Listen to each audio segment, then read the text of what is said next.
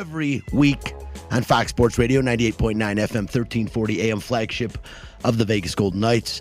The we includes co-host Caleb Herring, last UNLV quarterback to lead the Rebels to a bowl game. Also here. Yeah, you got enough accolades. We sang about that last week. No, I sing about it every week. Every week, okay. The record I'm going to take that out of the open. Hey, take it out, and I'll just leave the studio for when the open. Just so they I'll know. just stand outside. You'll kneel. Who was the coach when they went to the bowl game? I don't remember. We'll have to ask the Wiz. Bobby something? I don't know. There it is going. He got it early today, too. Well, you mentioned him. Something like going to Montana. At first mention, also the here, theme song plays. Producer Chris Magno Chapman. You can hear him regularly on Vegas Golden Knights Radio. And Mag's a big part of the all-new Raider Nation Radio on our sister station 920. Let's not say big. I am a small part. You're a part. I hear your name every day. You're a Hall of Famer, man. Every day. There are lots of people who are. But do they mention your name every day? Every time I turn on the radio, I keep hearing your name. It's rare. I like the humbleness here, but it's rare to have to force somebody to put some respect on their own name. No, you know what's cool though? Like the other day we were talking about, because the Raiders obviously Monday night tomorrow, first game in the history of the Las Vegas Raiders in Las Vegas, and so we were talking about Monday night memories. And unfortunately for me, as a New York Jet fan, I got to go on Raider Nation Radio the other day with Scott Gulbranson, Silver and Black Today with Scott Gulbranson and Q Myers. Q is great, by the way. Scott, great, by the way. But two of the more significant Raider Monday Night Football memories came at the expense of my team. One was Art Shell's very first game as head coach of the Raiders, the first black coach in NFL history. He made his debut on a Monday night against the Jets. They won that game 14-7. And then Tim Brown's 1,000th reception. He was the third guy to do it, and I was bitter about it. And Raider fans probably rightfully were angry about me being bitter about it. But they stopped the game. He had his 1,000th reception. They stopped the game. They bring his mom on the field in a golf cart to celebrate. The Jets were winning at the time. All the momentum gone. So, but yeah. If I tried to talk about how many times the Lions have disappointed me on Monday Night Football and every other night of the week. Did the Lions ever play on Monday Night Football? I don't think they're deserving of that. Actually, you know what? Did last year. The Lions and Jets played on Monday night a couple of years ago, and that was probably the worst rated Monday Night Football game of all time. And the Jets lit them up. It's pretty bad. I think me and Brian watched together. Yeah. At Buffalo. Somebody's going to win that Buffalo game. Buffalo Wild Wings. Yeah. Sam Darnold's very first pass in the NFL was intercepted and returned for a touchdown. And then it was all Jets after that. At Ford Field in Detroit, and then it was all Jets after that. First pass intercepted for a touchdown. You think, the Lions are going to roll, and then it was the Jets. I'm done with that. Listen, and the We does conclude with the guy you just heard his theme song. We'll play it again. He is the Wiz! Our intern and social media director, the only guy in the country, and that rolls with his own theme music. We're also streaming on the LV Sports Network, and you can watch the show on Facebook Live. The page is called Outaline. That's Outtaline. And you can also follow the show on Instagram and Twitter at Outaline on Fox LV. That's at Outaline on Fox LV. And since we are live, your calls and questions are welcome. The Fox Sports Residential Bancorp studio line is 702-876-1340. Hi, this is Bubby, and it's time for What's on Tap. Dishing behind the net for Yanmark. Out to the left wing side. And now up top, here's Klingberg. Fakes the drive. Right wing shot. They score! Gurianov in overtime. Dallas wins it in 5 games. The series is won 4-1. Hard to listen to again. What's on Tap? Brought to you by title sponsor Residential Bancorp. Whether purchasing a new home or refinancing the home you already own, Residential Bancorp is the company you turn to for all your home financing needs. Residential Bancorp, funding America one neighborhood at a time. On Tap, Shane Hnidy, former NHL defenseman and current Vegas Golden Knights color commentator on A&T Sportsnet. Jesse Merrick, Channel 3 Sports. And all features Nightcap Fact This. S&B with C breaking down week 2 in the NFL, and the Las Vegas Aces start play in the WNBA semifinals in the Wubble in less than 2 hours from right now. That's what's on tap. If you are looking to buy a home or to refinance the home you currently own, choose a company you can trust. Residential Bancorp, funding America one neighborhood at a time. This. If you don't like the hockey players, as you know, are warriors. They don't give up. They come to play every game. It's time for Nightcap, a cupful of the Vegas Golden Knights. From highlights to interviews to special events, the puck starts here. The puck actually stopped here last week as the Vegas Golden Knights ended their season in overtime versus the Dallas Stars in Game 5. They lose 3 straight to bounce their way out of the Stanley Cup Finals at Rogers Place in Edmonton. Joining the show now to help us break this down, the end of the season, Shane Hnidy, of course, former NHL defenseman himself, does a great job with Dave Gosher on AT&T Sportsnet, has been here since the inaugural season. Shane, first, welcome to the show, my friend. Thanks for having me on. Absolutely. What another great season for the Vegas Golden Knights, and it is amazing to think that this team is only 3 years old. 2 Western Conference Finals, 1 Stanley Cup Finals, 3 playoff appearances, and yet it feels a little bit hollow right now at the end, and I'm not sure why that is. What do you think, Shane? I mean, did this team go as far as they should have, or do you think it was a letdown? Well, first of all, yeah, it's everything you said makes it so interesting, right? Like, who would have thought that year 3, everybody's a little angry that they didn't win the cup, and that was the expectation. So did they fall short? Yeah, they did. This is a talented team, and but it is the hardest trophy, in my opinion, to win. It's not easy, and you see that no better example than the Tampa Bay Lightning, who have been so good for so long, yet they're down 1-0 to the team that knocked out Vegas. So, but that said, I think, the good thing about it is they've created an organization here that is not only good now, but is good for the future. And it's I still kind of shake my head at it at times to realize, how good they are, how quickly, how successful. And then, to see the disappointment in fans that we're having this conversation in year 3 that, we're disappointed they didn't win the cup. But that's a great conversation to have in a fan base that, realizes, wow, the Golden Knights are, this is unique and special, and it's not something that's going to go away. They're going to be a competitor each and every year. No, it's really cool, Shane. And being from Detroit myself, hockey town, I try to explain to fans all the time how fortunate and blessed they are to get introduced to hockey this way. And it's just not always going to be this way. The Detroit Red Wings had one of the most amazing playoff runs in history. How many consecutive seasons they made the playoffs, and now they're an afterthought when you talk about hockey. That's the way professional sports goes. But this run does look like it will continue. They have definitely beefed up, and we'll talk more about that in a second.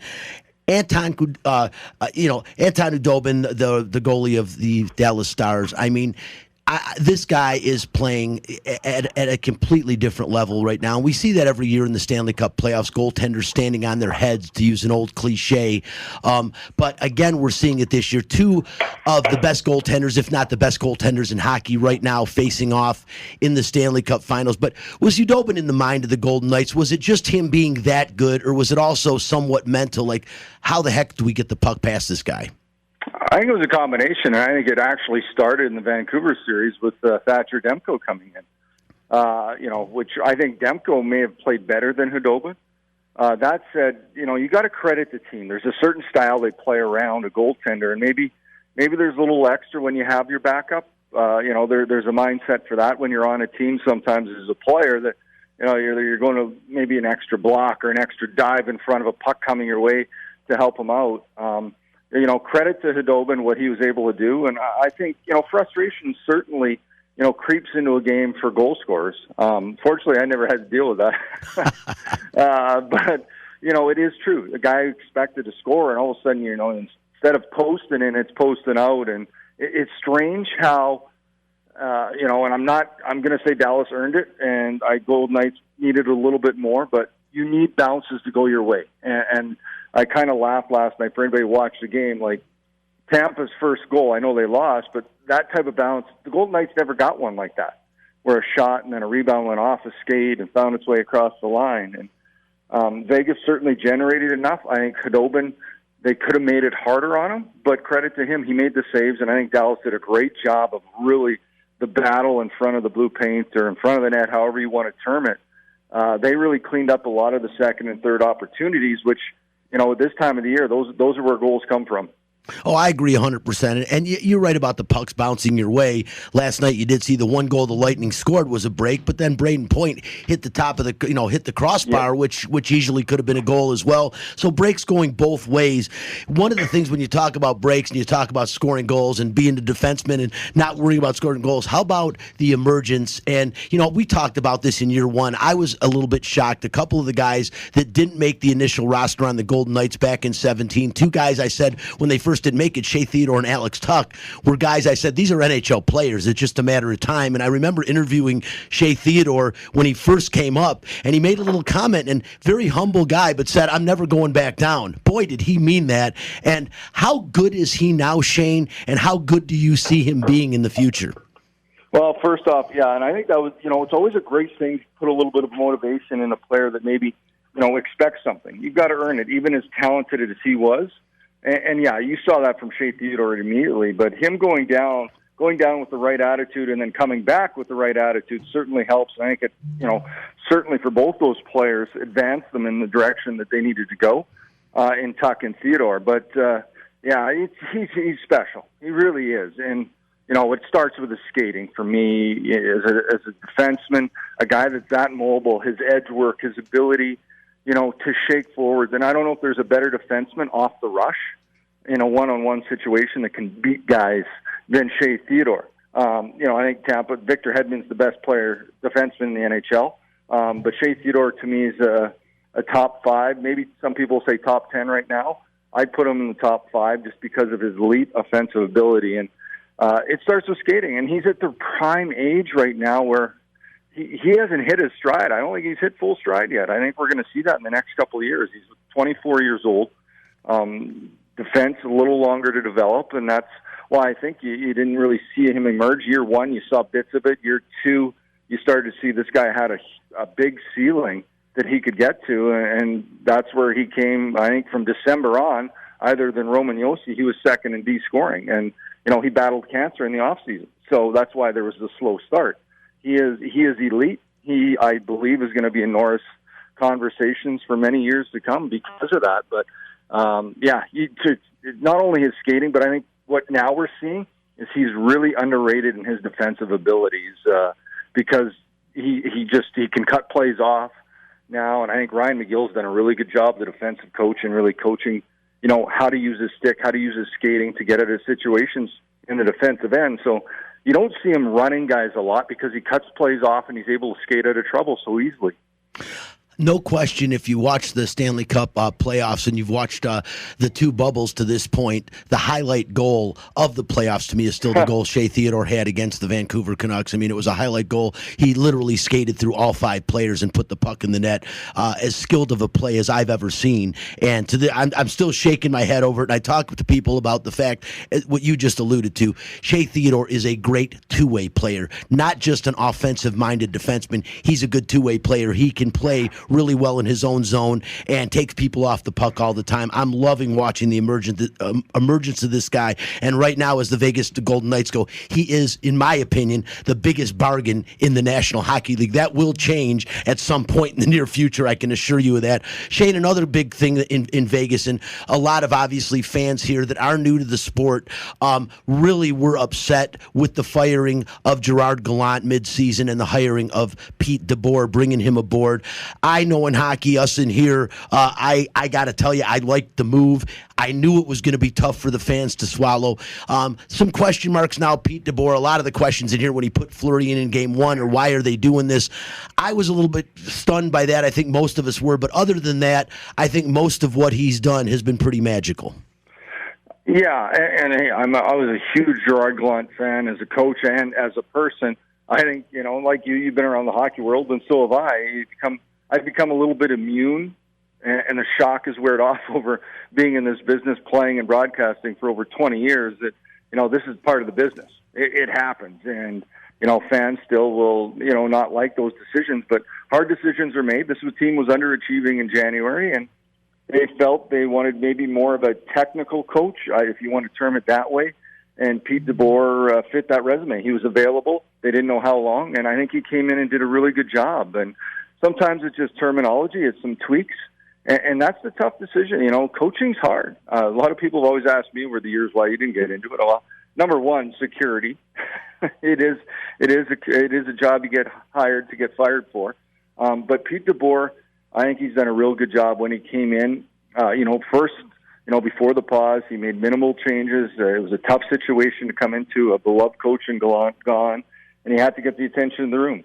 And as for the goalie thing, yeah, I'm with you. There are certain times I was like, that was the question every day. Who's he going to start? And times I would think, okay, Fleury. I understand him going to Leonard. You look at what he's done, and analytically, Fleury had a drop-off this year when you looked at his numbers. But he's in that room, and that is the tough decision that those guys have to make. Their job is to win games. It is a win business. That's how they keep their job. That's how they get paid. And you've got to go with your gut. That's a tough decision to be made. And Leonard was his guy. I think that was he gave a really good answer at the year end that he felt he wanted to put what he felt was the best team on the ice to win the game that night. And Robin Leonard, he felt, was playing better. He felt Fleury had an injury in, I think, phase 3 or 4 that kind of set him back. And that was the decision that was made. You've got to live with that as a coach. And he had 2 great goaltenders. That's the situation. You look at Marc-Andre Fleury, who, is the face of the franchise. And it was, maybe unpopular for a lot of people, but I understand completely where Pete DeBoer was coming from. Yeah, I do too. And Marc-Andre Fleury, an illustrious career, a Hall of Fame career, and they should erect a trophy for him here in Vegas because he is the initial face of the Vegas Golden Knights. I don't think the guy will ever be forgotten. I hope that Marc-Andre Fleury really assesses his situation, and I want to see the guy go out on top. It might be going to another franchise. I don't think Mark wants to sit on the bench. It's never been his nature. It frustrated the hell out of him in Pittsburgh, and I'm sure this is, it was probably a kick to the midsection for a minute for him when they got Leonard, but he has to understand you always have to look to the future in professional sports, and unfortunately that's just the way it is, and people here will learn to adjust to Robin Leonard, and anyone that blames Robin Leonard for the Golden Knights' exit out of the 2020 Stanley Cup playoffs really is misguided. You need to watch this guy. He made some incredible saves, and the fact was a lot of times the Golden Knights were pressing, so it created odd man rushes the other way. Leonard was there. He stood tall and kept the Golden Knights in a lot of games, and some of these games wouldn't have been as close as they were if it wasn't for Robin Leonard. And it gets frustrating that people want to blame him. It's like, the bottom line, when you're not scoring goals on the other end and our primary scorers are not putting the puck in the basket on the other end, that's going to happen. And Dobin was great. Our top guys did not produce the way we expected them to do, and the Golden Knights are out. But how can you consider 3 years of 3 playoff runs and 2 conference finals a disappointment? I just don't know. But again, we got spoiled right off the get-go. Real quick, I don't want to keep you too long, Shane, but you mentioned Marc-Andre Fleury, and 2 guys that probably will not be Vegas Golden Knights next year. Derek England, of course, a huge popular guy. The one local guy, played here back when he was playing in minor league hockey, and then ends up playing his, finishing out his professional career here. I know he had an opportunity to leave, and there was interest in him at the trading deadline. He elected to stay with the Golden Knights, feeling they had the best chance of winning the Stanley Cup this year. Didn't work out, but now he is an unrestricted free agent come October the 9th. I gotta believe will no longer be on the roster. And Marc-Andre Fleury, I'm sure the Golden Knights would love to keep him, maybe at a little bit of a reduced paycheck, but the bottom line is he will have to accept being the number 2 goalie, and I'm sure if he has an opportunity to be number 1 somewhere else, he's going to make that move. Your thoughts on those 2 players, and do you kind of agree, Shane, that both of them will probably not be Vegas Golden Knights next year? Well, I don't know. I think for Derek England, and both of them similar situations, and maybe a little bit different for England. He's got a few years, but Marc-Andre Fleury is going to be looking at 36 soon. And I know I've been there. He's a hockey player. You have this sense of immortality that you can play forever. You never want to see the end, and that's what drives you as a competitor. It really is. But there comes a time when there's a tough decision, and you can't fight age, unfortunately. That's the reality of it. And Derek England, credit to him. I understand completely where he's coming from. He was on a good team. He did mentorship for the guys. Everything he did, he wanted to win. I think if he wants, he's going to have a job for life with the Golden Knights. With what he's done, being a local, as you mentioned, or an adopted local maybe. But that said, tremendous human, tremendous player, competitor. He's right up there for me with Marc-Andre Fleury when I think of, the start of this franchise and important figureheads. It'd be Fleury in England. And for Marc-Andre Fleury, it's going to be a difficult decision for him. He's at an age now, where is he going to go that he might be a starter? It's becoming a younger league. Is he still a starter? I still think he has that ability. That'll be on him where he wants to do, or does he want to maybe split games and be a 1B and stay here? Can they manage that under the salary cap? It's going to be fascinating to watch. But yeah, for fans, certainly those two players, you think Vegas Golden Knights, you think year one, you think franchise, organization. Those are the two names that come to your head, and it'll be interesting to see what their future holds. As time goes on, people here will get used to the fact of professional sports, and I think time passes and things change, and that's just the way that it is.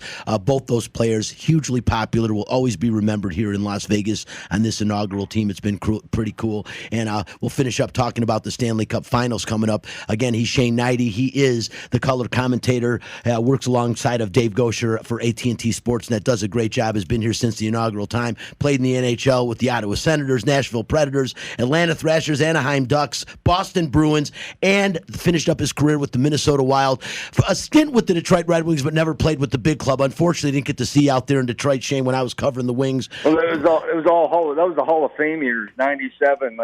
That was a tough organization to crack. It was. You got a chance to live in Grand Rapids for a while. I spent a week there one day. But also, real quick, Shane, finishing up the Stanley Cup Finals, your thoughts. I would say here we see again a case of the two best goaltenders at this point in time playing in the Stanley Cup Finals. And, it seems like I say that, if not every year, every other year, goaltending wins Stanley Cups. And people, it's always defense wins championships. Well, a goaltender is your last line of defense, and a guy that gets hot, a la, you saw it a couple years ago with the Kings, Jonathan Quick going from the 8th seed, making the playoffs on the last day of the regular season and winning the Stanley Cup. When a guy decides that I'm not letting a puck in the net and he's seeing beach balls, it's very hard to win. I'm looking at Dallas right now, and as good as Vasilevsky is, I think Khudobin is just so good. I don't know how Dallas loses this series. Well, it's been a great story, really, and they've got to find a way. I think Khudobin, there's certainly ways to beat him, but, you're starting to wonder. At a time, you can say, okay, he's being lucky, his defense is doing well, but you're exactly right. He's played so well, and there's a confidence that he's, brewed with inside himself that has just, propelled him forward. This is a guy who's never been a starter. Khudobin, actually, when I won the Cup with Boston Bruins, was a black ace there. And then I played with him briefly in Minnesota. He was a backup who saw sparing time, but he is taking full advantage. I think he has the right attitude. He's a really carefree, fun-loving guy, and I think he's got the right system in front of him, the way Dallas plays, and he's got confidence right now. And you're right, a hot goaltender, you ride him as long as he can. That's what can take you to Stanley Cup, and that's the type of performance that sometimes comes from the unknown.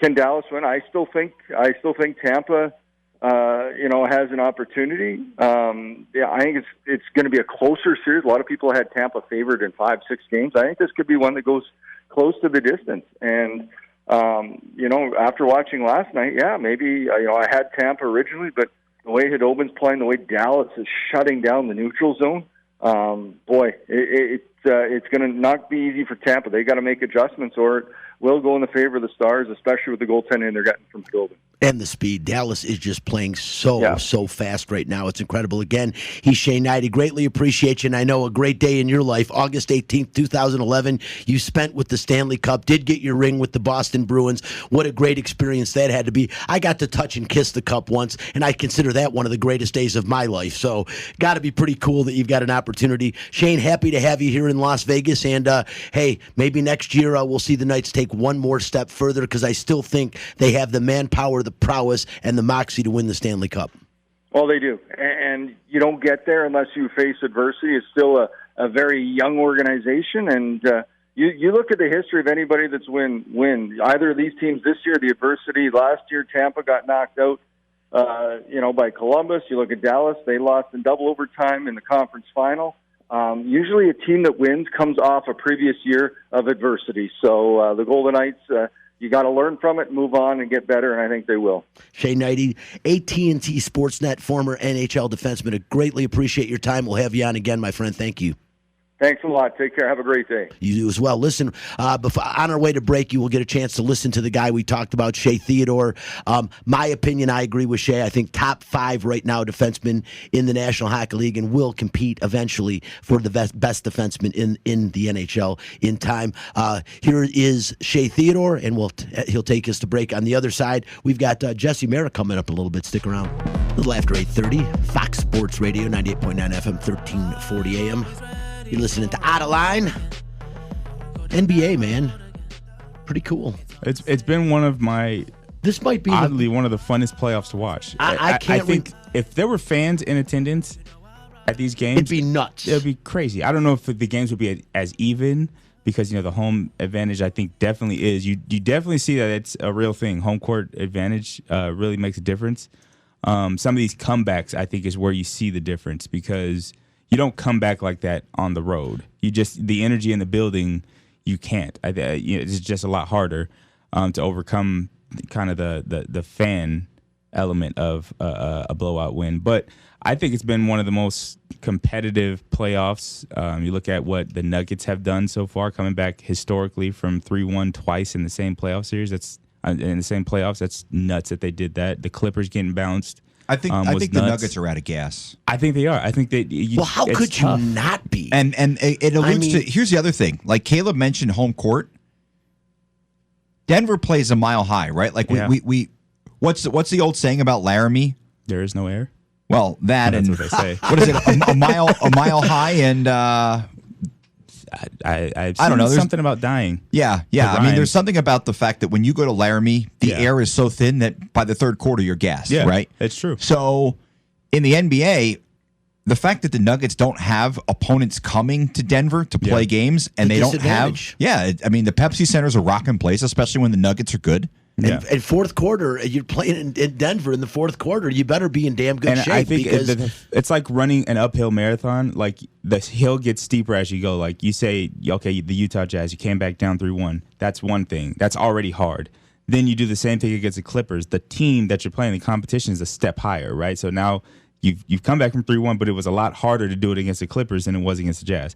Now you're playing against the Lakers, who is like the height of highs, not just as far as the good basketball team, but just a matchup. You don't match up well with the Lakers at all. Like your best player is going to have a hard time going against 3 7-footers consistently with JaVale McGee, Dwight Howard, and Anthony Davis. So so overcoming this one is just too. And at this point in the race, you're out of gas. You're exhausted from having to do it 2 times before. So it's running a marathon, and you get to the top of the hill, and you got to run over nails. Yeah, it's like, at the end, you got to run. You got to do your final sprint over seriously? nails. Yeah. It doesn't make. Can we get a break? And I mean, in the East, talk about Milwaukee getting bounced too. But talk about with the Nuggets. You got to take your hat off to this team, to the way they were coached, and the way the intestinal fortitude to come back in 2 back-to-back series, and especially against the Clippers, who were the one team that people felt could at least give the Lakers some fits. Not just that, there were people that were crowning the Clippers no champions, question. But during the season. What I will tell you this, though, how good would the Toronto Raptors have been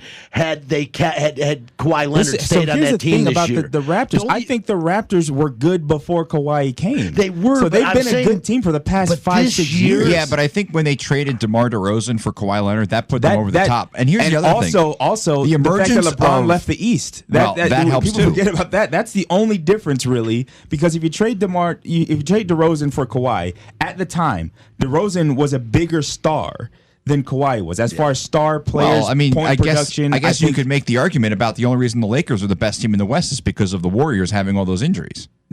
There's an argument there. I think Kevin Durant leaving, though, may have made it a competitive, but I think I think the Warriors right. next year are a contender for sure. Well, and the West is going to be holding loaded. That number 2 pick. Yeah, if the Clippers come back, which is going to be hard with the salary and Montrezl Harrell's free agency, and if the Clippers come back as they are presently constructed, the Warriors come back healthy with Steph, Clay, Wiggins, Draymond, and a second-round pick to enhance the roster if you want to. No, they're going to be West good is going to it's gonna be loaded. It is. Next I mean, year. they may be able to move that second pick for a star. And exactly, if they move it, and not even just a star, but maybe a couple of pieces off the bench to bolster up their bench. I mean, the Warriors might. The West is going to get better, which is just it might be like a ridiculous phoenix rising from the ashes. Now, question: how within the East?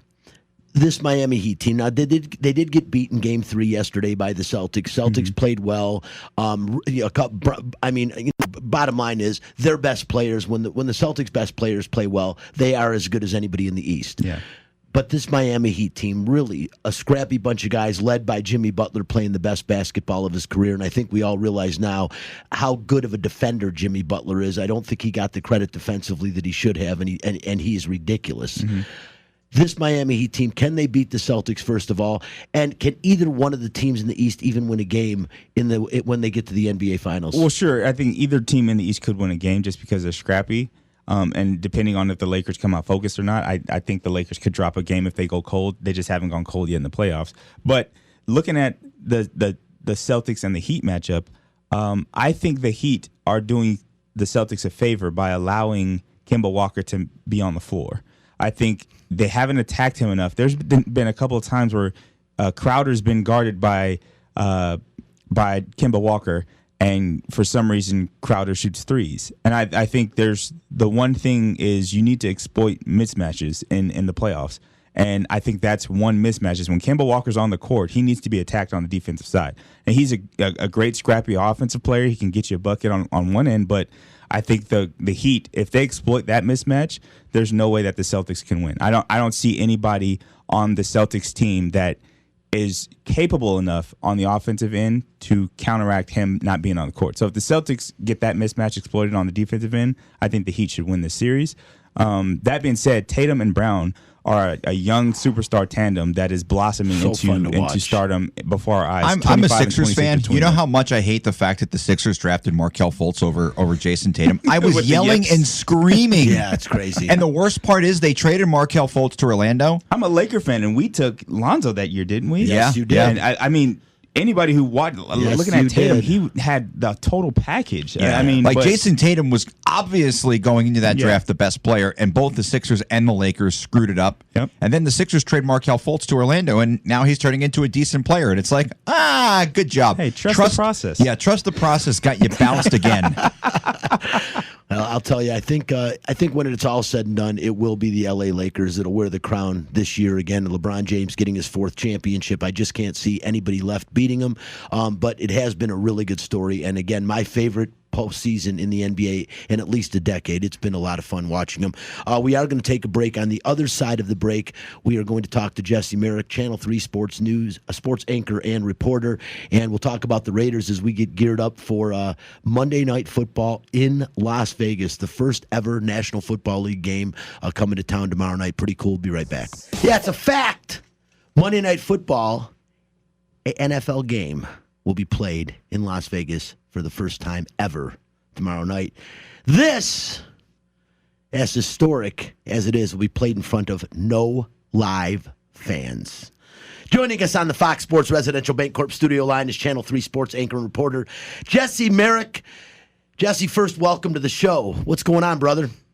Hey, not much, man. Appreciate you guys having me on. How you doing? Oh, doing fantastic, man. A beautiful Sunday morning here in Las Vegas. And before we get into all the great stuff Channel 3 has in store for game day coverage, how wild will it be watching the first ever NFL game in Las Vegas in one of the most state-of-the-art stadiums in the world, and it will be virtually empty?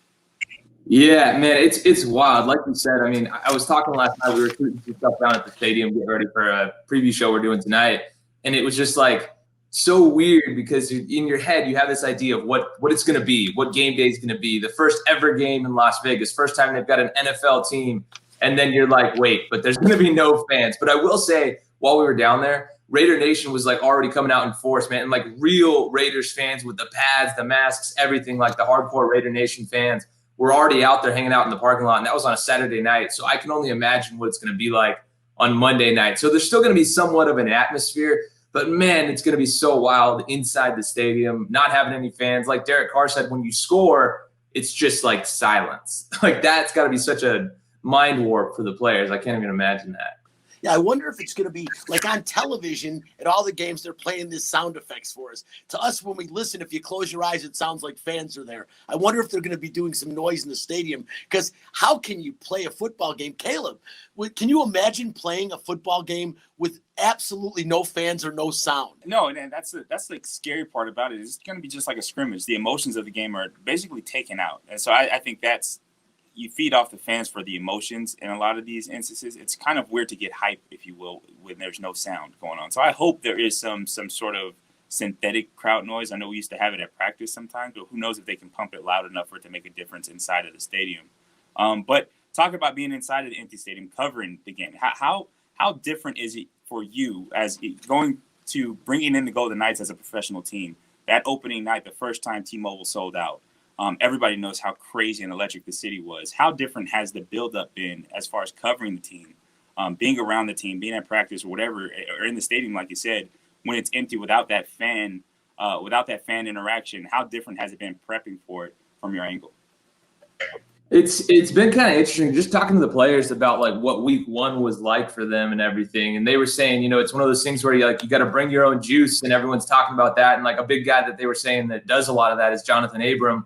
Obviously, we saw how he was flying around the field, but it's just that thing where like you got to pump yourself up, almost kind of like high school and even in college too, when like the defense or the offense is screaming like pass, pass, pass, run, run, run, like it's like that type of stuff where they're yelling on the sidelines to help you key in on what's happening. And again, just trying to get each other fired up. Like when people make a play, the sideline's going to go nuts. But we all heard it as well while they were playing. The Cindy Gruden, Tiger Woods. I mean, I love it from the fan perspective, being able to hear that type of stuff. I think that's really an interesting element of not having fans there. But obviously, we'd much rather have them all there.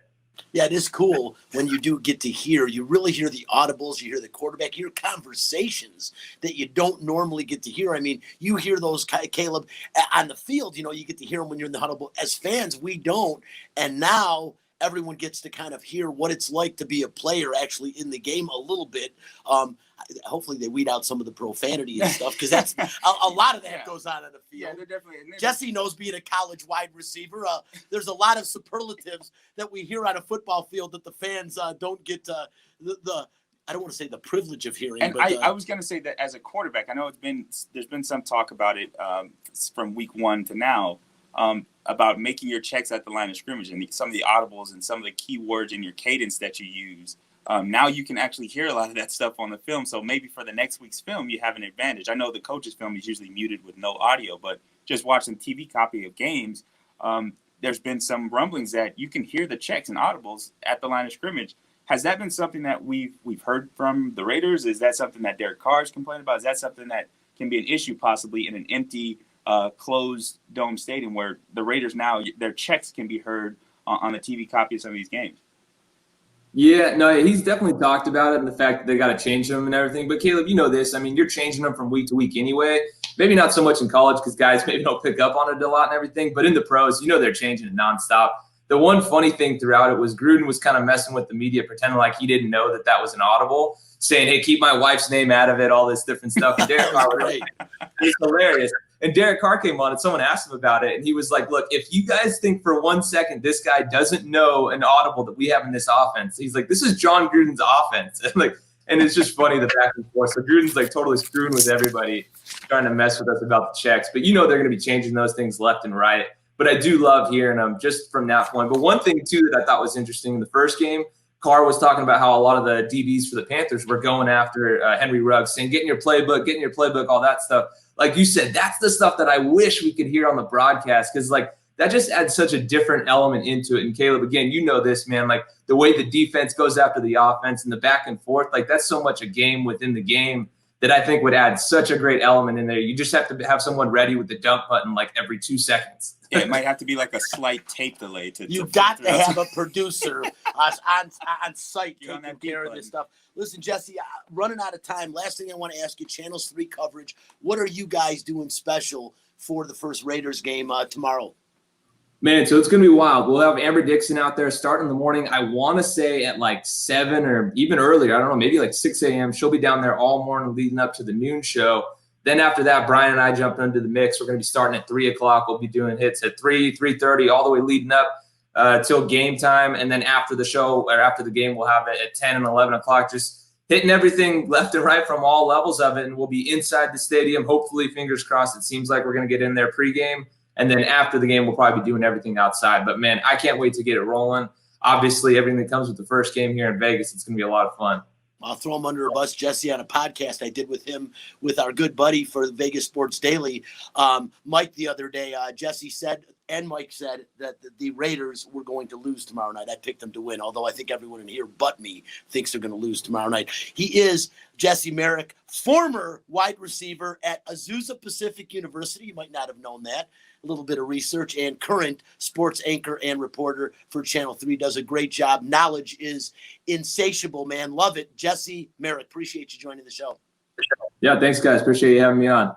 We're going to take our final break. We will come back, and we will talk a little bit about the NFL. We'll give you our picks of the week, and we definitely want to mention the Las Vegas Aces getting ready to tip off at 10 a.m. in the semifinals of the WNBA playoffs. All right, Adeline, got about 7 minutes left, so we'll make this quick. Moving into S&B with C. We pretty much talked about the Raiders, Caleb, with Jesse, but tomorrow night, big game against the Saints. Saints look pretty good against Tampa Bay. Raiders look pretty good against Carolina. Tomorrow night, we find out who is actually pretty good. What do you see happening? Well, I see it being a more competitive game. I think the Raiders will come into this game with a little bit more energy, a little more spunk than the Saints. Being the first home game in Las Vegas, there's going to be an it factor there with the Raiders to start the game off. I think the Raiders' offense looks good, and they should be complete. I know Ruggs was questionable coming into the game, but I think he's going to play. This is a big game, Monday night game, home opener for the Raiders. I think he should play. But the Raiders are dealing with some injuries up front. Hopefully it's not a big factor, but Trent Brown being out for it's not pretty for the Raiders up front, especially against that Saints defense that has an edge rusher in Cameron. So I don't know that the Raiders will win this, but I think it's going to be more competitive than the books and people are giving it to be at face value. So we'll see. I hope Ruggs is healthy. I hope he's that deep threat, that big playmaker that he showed he could be in the first half. That will help the Raiders maybe have a chance. Also, injuries on the Saints side will help the Raiders have a chance, but I think the Saints are just a better team, and I think the Saints are a division contender, and I don't know if the Raiders are there yet, but hopefully it's a good game for the first Monday Night Football game in Las Vegas. It should be, and the Saints have a key injury as well in Michael Thomas being out, right. Arguably the best receiver in the National Football League. That is a big loss, as Mags pointed out earlier. A good week to take Emmanuel Sanders. If you got him in fantasy, man, definitely start him this week, and Jared Cook, another good option at tight end. But I think it's going to be a good game. I really do, and I think the Saints are going to go down by 3 points. I can't believe I'm saying that, but I think it's just first game at the new stadium. Somehow it'll work out that the Raiders will win that first game. You hate to open up a brand new stadium, especially one that looks like I think the Raiders will cover. I don't know what the line is. Well, I know. We already know what Wiz is taking. It's his pick of the and Derek Carr gets traded mid-game. His pick of the millennium right now is coming up in a little bit. And since the Wiz isn't in here, I'll tell you that's his pick of the week. He already told us he was taking the New Orleans Saints. He thought it was an easy pick, and hey, since he won last week, maybe we should listen to him. A lot of games going on this week, and I'm not going to highlight all of them, obviously, but I think last week talking about watching the first week in the season, some things that stood out that were a little bit surprising. I shouldn't say surprising, but one of the things that I did want to talk about was the play of Cam Newton in New England. He looks healthy. He looks like the old Cam Newton. He's running the ball in the end zone. And don't tell me Bill Belichick found a way to plug and play Tom Brady. No, it's not plug and play with Tom Brady. I think it's the genius of Bill Belichick and the Patriots staff, who have always had an identity. It's a methodical pace, play good defense, win on third downs, and score touchdowns. Let's slow down. They played the Miami Dolphins, but the Dolphins always play them well. But this is the thing. The Patriots have a method of winning. They don't always blow you away with flashy highlight plays. Well, they don't need to. They control the ball and win third downs, and that's what they did. They ran the ball effectively, and Cam Newton was a big part of that. They're still missing some really key pieces on defense. So yeah. All right. Well, let's fly right into the picks because we're almost out of time, and I want to make sure we get these in because I do want to mention the Aces real quick in their game coming up at 10 o'clock. Last week, everybody lost except for our guest, and we're saying our guest this week. I'm going to go with that. It is Jesse Merrick, and I know that he picked the Saints to win and and cover. So I'm gonna take that for our guest pick of the week to go with Damon, who won last week when Damon took Tennessee, getting the 2.5 points at Denver. Tennessee won outright 16-14. The other winner was the Wiz, who said it was an easy pick with Pittsburgh over New York, and it was. They won 26-16. So there's our two winners. Both me and Mags. I caught Mags after the show. He got his pick in time. Unfortunately, we both took the Carolina Panthers getting 3 points at home from the Raiders. The Raiders won by 4. We lost. And Caleb took the Dallas Cowboys giving 3 points to the Rams, who ended up losing at home to the Rams 20-17. Kick Dallas, field goals. Kick field goals. Seriously, make field My goals. goodness. But we'll start off. Caleb, go ahead. You can give us the first pick It's this week. tough because I'm debating between the Rams over the Eagles. I don't know why the Eagles are favored so heavily. I've given up 8 sacks last week to the Skins or to the Washington football team. But I think I'm going to go with my gut here and go with the Packers over the Lions. -6 is what I have on the line. So I think I'm going to go with that over the Packers. This game's happening earlier in the season than I'm used to, but I think Aaron Rodgers and the Packers get it done against the Lions. I'm taking the same pick. I'm not even going to elaborate more. I'm going every week. I'm going to probably go against the Detroit Lions. I want 0-16. I want Trevor Lawrence. I'm going to make it very clear. I'm taking the Packers, and I'll give up the 6 points too. Go ahead, Mags. I can't believe it. I'm also on the Packers. Yes. I mean, so the fact that you two guys are on the Packers, I'm going to go with Dallas. What is it, 3? At home against the Falcons. Home opener for Big D. Atlanta's not that good. The line's been bet down. That makes me nervous, but I'm going Dallas. All right, there you have it. We'll give you our picks next week. We'll let you know how they went. Real quickly, again, the Ace is on at 10 a.m. We'll see you out of line. Thanks to our guests. We're out of time. Bye-bye.